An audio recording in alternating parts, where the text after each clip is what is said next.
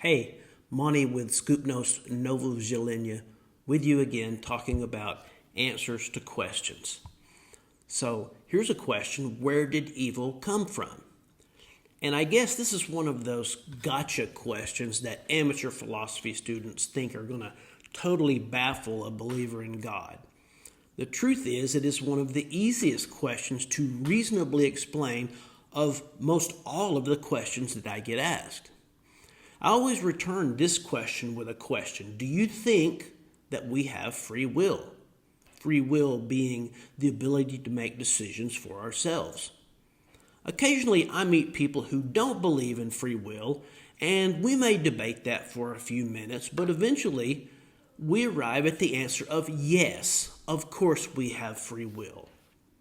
Free will totally lines up with every teaching in the Bible and every intuition we have about the life that we live.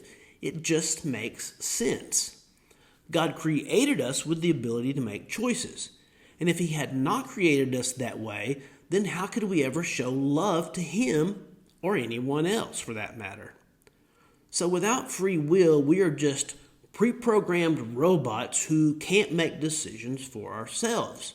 And even saying that sounds ridiculous.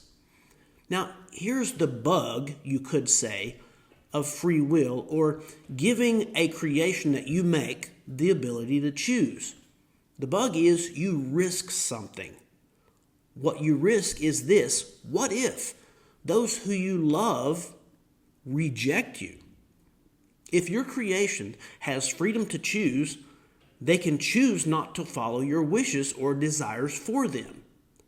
As I just said, through choice is the only way that true and real love can be expressed. Of all the choices in the world, I choose you. That is love. Now, robots don't choose. They do what they are programmed to do. Therefore, robots, or those without free will, can never love. And if God wants real emotional love between Himself and His creation, He must give them the ability to choose.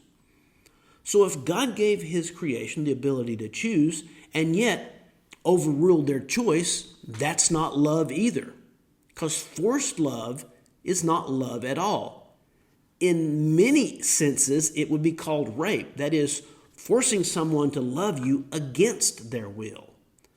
So then it's clear that God created humanity with free will, and it was a risk, but one that provided the only way that His creation could choose freely to return His love of them.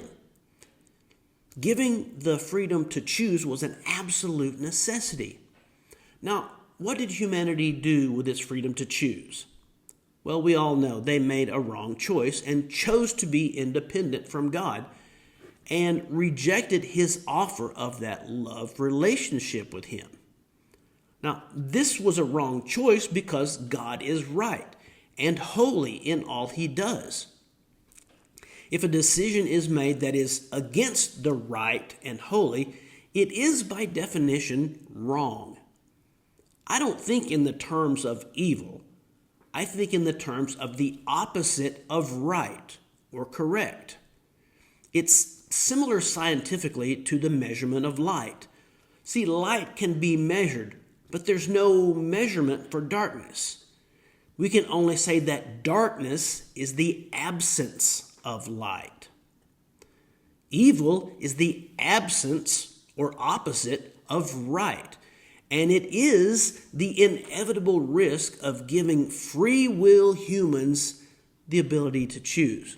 So when God's creation, let's say Adam and Eve, were put into a situation where they could choose right or wrong, they chose wrong. Is this God's fault? Did God create evil? No, it's simply the possible outcome of the correct decision to give His creation that He loved the ability to choose.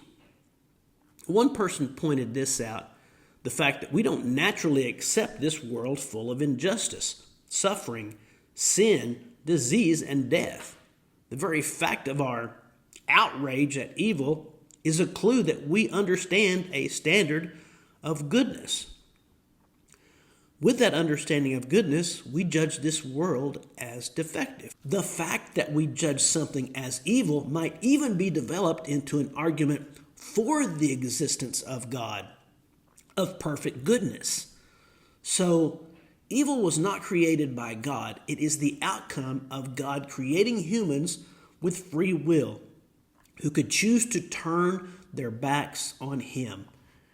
We do evil, but God does not make us do evil. And God, in response to the evil that we have chosen to do of ourselves, made a way for us to come back to Him. And that way to come back to Him is through the sacrifice that He made for us. Jesus made for us. Jesus made the way that we could overcome the evil that we do because He was perfect. So maybe this answers the question that you have. Maybe you have other questions. If you have other questions, we'd love to try and answer those questions too. So please reach out to us. We would love to sit down, have an opportunity to sit down with you one-on-one and answer any question that you have. Please feel free to reach out to us at any method you can see in the QR code that's going to follow this video. So until the next video, God bless you.